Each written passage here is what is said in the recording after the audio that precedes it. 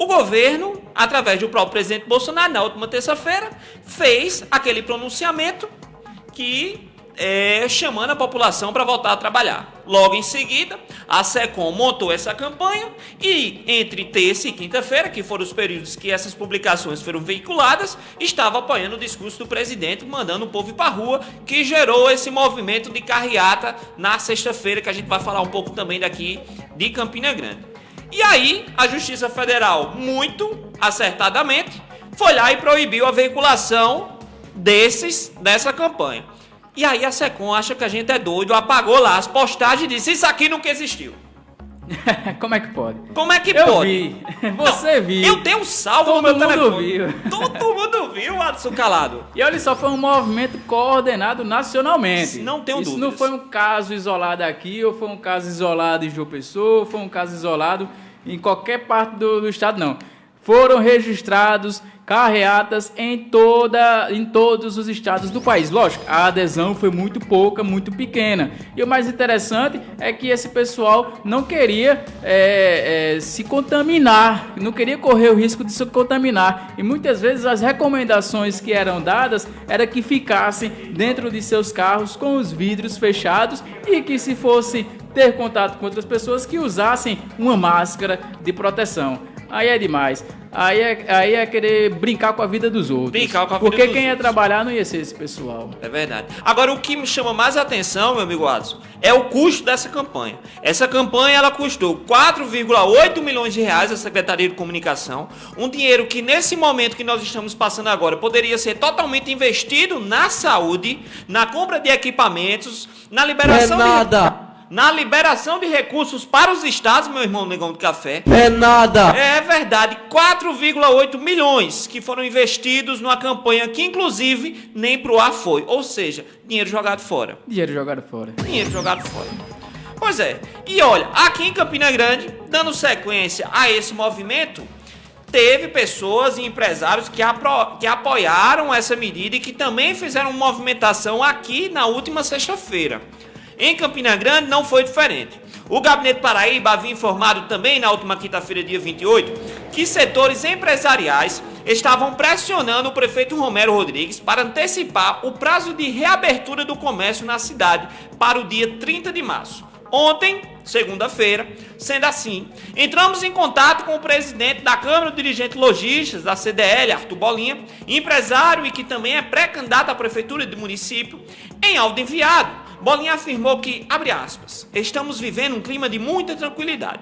Eu acredito que dá para pensar que as coisas possam voltar de forma gradativa com o comércio com o comércio de rua, depois os shoppings e por fim retornar às aulas e às atividades cotidianas de um modo geral. Fecha aspas. Na mesma quinta-feira, semana passada, só lembrando, no período da noite, começou a circular nas redes sociais banners e imagens com uma campanha local, de nome muito parecido com a campanha difundida pelo governo federal, denominada Campina Não Pode Parar. Com o uso de hashtags Volta Comércio, a campanha foi convocada pelos grupos Compre em Campina e Mulheres Empreendedoras de Campina Grande, o MSEG, para mobilizar empresários, comerciantes, motoristas de aplicativo e profissionais liberais de todo tipo para uma carreata marcada para a última sexta-feira, que teve seu ponto de encontro no Shopping Partage, na Avenida Brasília. Pois é, a repercussão não foi nada positiva.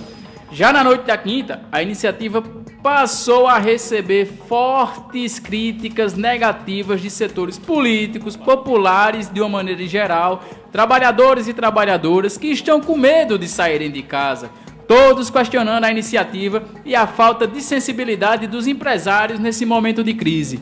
Ainda assim, na sexta-feira, dia marcado para o ato, algumas dezenas de carros se aglomeraram no ponto de encontro marcado e deram início ao protesto, chamando a atenção principalmente pelo luxo de alguns veículos e o questionamento geral de que, se é a gripe, é isso aí, engarrafaram uma cidade que está em quarentena. Pois é. É a primeira vez que eu vi um negócio desse. E o pessoal ficou se questionando, se a gripe é algo tão simples assim, por que todos estavam dentro dos seus carros e não saíram em passeata? Como não poderia deixar de ser, o ato foi um fracasso e a repercussão foi extremamente negativa, não somente em Campina Grande, mas em todo o Brasil. A CDL se apressou, a CDL, a Câmara dos Dirigentes Lojistas, se apressou em soltar uma nota negando qualquer participação no movimento, dizendo que, abre aspas, não possui nenhuma relação com a carreata que está sendo divulgada nas mídias sociais, bem como na imprensa campinense, onde um grupo de empresários defende a reabertura imediata do comércio no município em meio à pandemia do novo coronavírus, o Covid-19. E continua a nota, afirmando que não participará da carreata ou de qualquer outro evento que tenha sido agendado para as próximas horas. Pois é, a CDL correu, disse que não tinha nada a ver com isso, mas aí parece que tiveram entrevistas na última quinta, na parte da noite, que estava ali apoiando a iniciativa, né? Aí na sexta de manhã, quando viu a repercussão negativa, não tem nada a ver com isso não. Então ficou meio estranho, ficou contraditório. Logo a repercussão ela foi muito forte, né? E tanto movimentos, lideranças políticas e a própria sociedade logo repercutiram também de maneira negativa as críticas em relação a esse movimento. Por exemplo, o Fórum Pro Campina, que organiza todos os partidos progressistas na cidade, afirmou que apoiar uma carreata contra o isolamento, como querem alguns empresários irresponsáveis, na verdade é apoiar a expansão da contaminação e da morte. Uma total irresponsabilidade.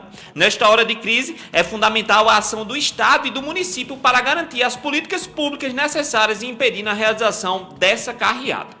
Já os movimentos sociais e sindicais da cidade, como a CUT, CTB, Força Sindical, Nova Central, Sindicato dos Bancários e Comerciários, repudiaram a postura dos empresários de Campina em ameaçar quebrar a quarentena e colocam em risco a saúde de seus trabalhadores. Abre aspas.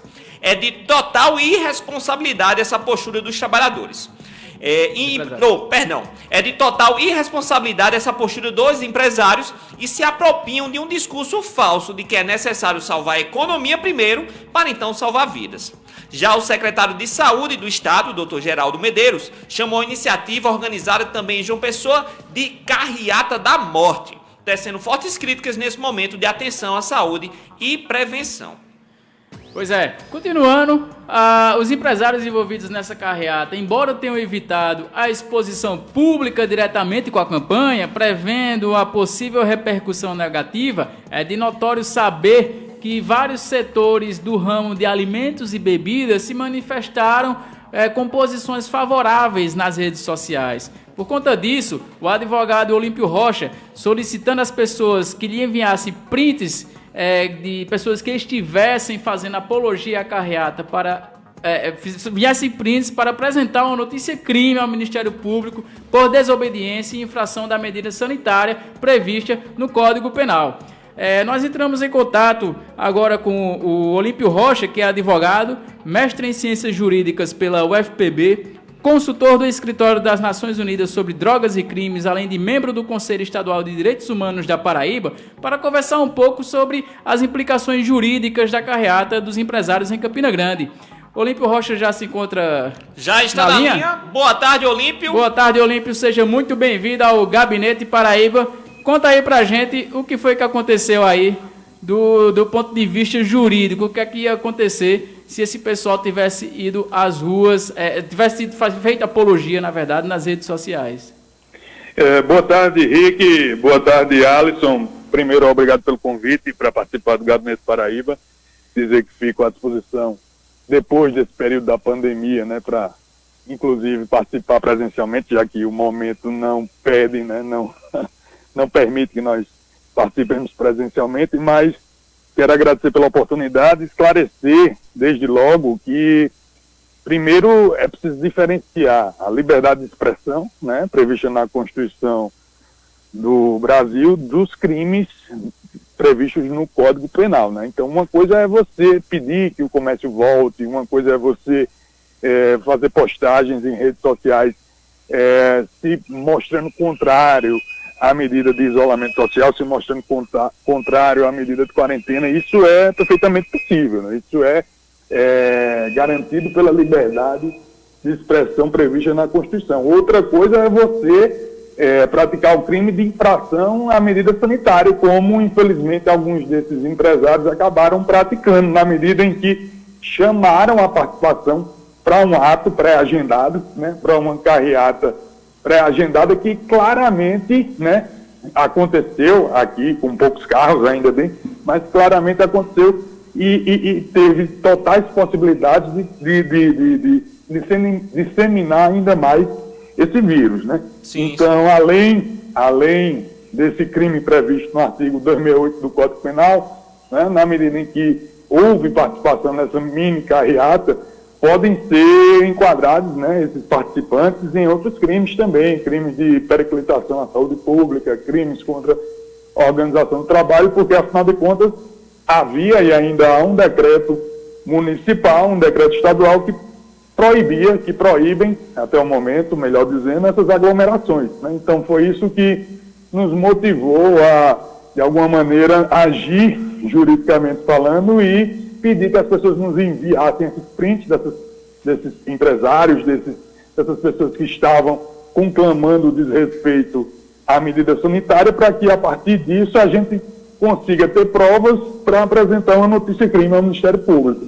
Olímpio, então, diga lá, Henrique. Boa tarde, antes de mais nada, meu irmão. Seja bem-vindo aqui ao nosso programa, ao nosso Gabinete Paraíba. Obrigado.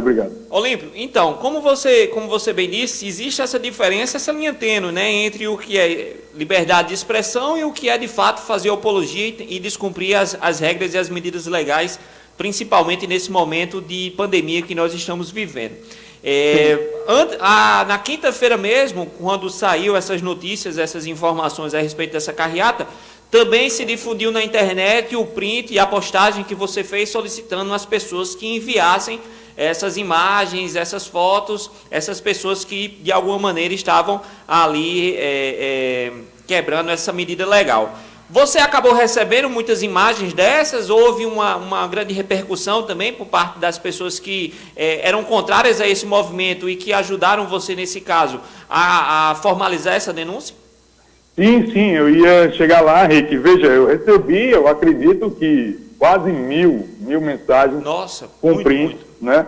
E ainda não tive condições, obviamente, de colacionar tudo, né? De organizar tudo. Estou organizando aos pouquinhos, né? Obviamente, estou no home office, mas também dando conta do trabalho normal e, em paralelo, estou fazendo essa organização desses prints para que, a partir dessa organização, a gente consiga finalizar a redação da notícia-crime, que é uma peça jurídica simples, né? Uma peça jurídica direcionada ao Ministério Público, pode ser até mesmo a delegado de polícia, a um juiz de uma vara criminal, pedindo que sejam tomadas as medidas cabíveis, né? Obviamente que é preciso que seja determinada a instauração de um inquérito policial para que haja uma melhor investigação acerca desses fatos, né? E a partir desse inquérito policial, o Ministério Público vai, inclusive, ter a possibilidade de pedir às redes sociais que identifiquem os usuários que fizeram, né, essa apologia, que praticaram esse crime previsto no artigo 268 e, se for o caso,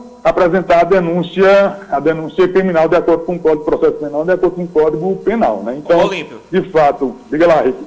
Mais uma informação. No caso dessas pessoas, no caso delas serem denunciadas, como também para que outras pessoas que estão ouvindo o nosso programa a partir de agora, elas também compreendam a gravidade de quebrar essas regras. Quais são as punições referentes a esse tipo de ilegalidade?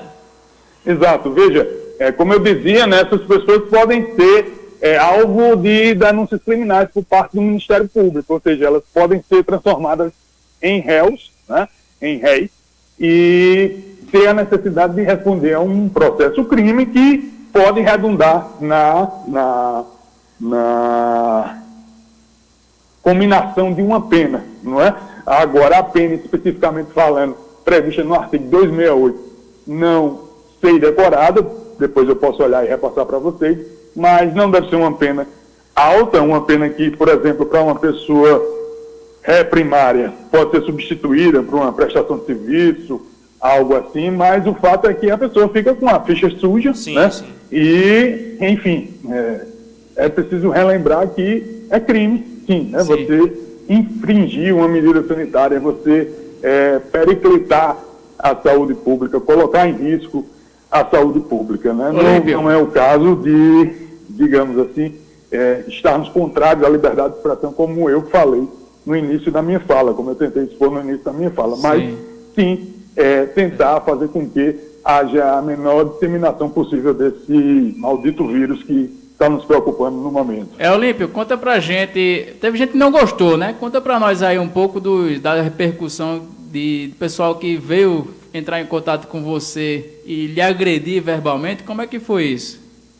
Veja, isso são consequências naturais, né, Alisson, da nossa atuação política. Não sou político, né, mas eu tenho, digamos assim, uma militância na advocacia junto aos movimentos sociais, uma militância na advocacia junto aos sindicatos, né, então eu estou já acostumado a receber esse tipo de bordoadas via redes sociais, mas são bordoadas naturais, pessoas me xingando, pessoas questionando a minha atuação, né, e depois a gente acaba levando na brincadeira também. O pessoal fez um vídeo tirando onda, né, com xingamentos que eu recebi de um determinado empresário, que eu não sei quem foi realmente, mas, enfim, a gente está acostumado com esse tipo de reação e a gente leva da maneira mais amena possível. Obviamente que não dá para levar na brincadeira, porque nunca se sabe quem são os malucos que eventualmente podem estar fazendo esse tipo de ameaça, né? Mas se houver...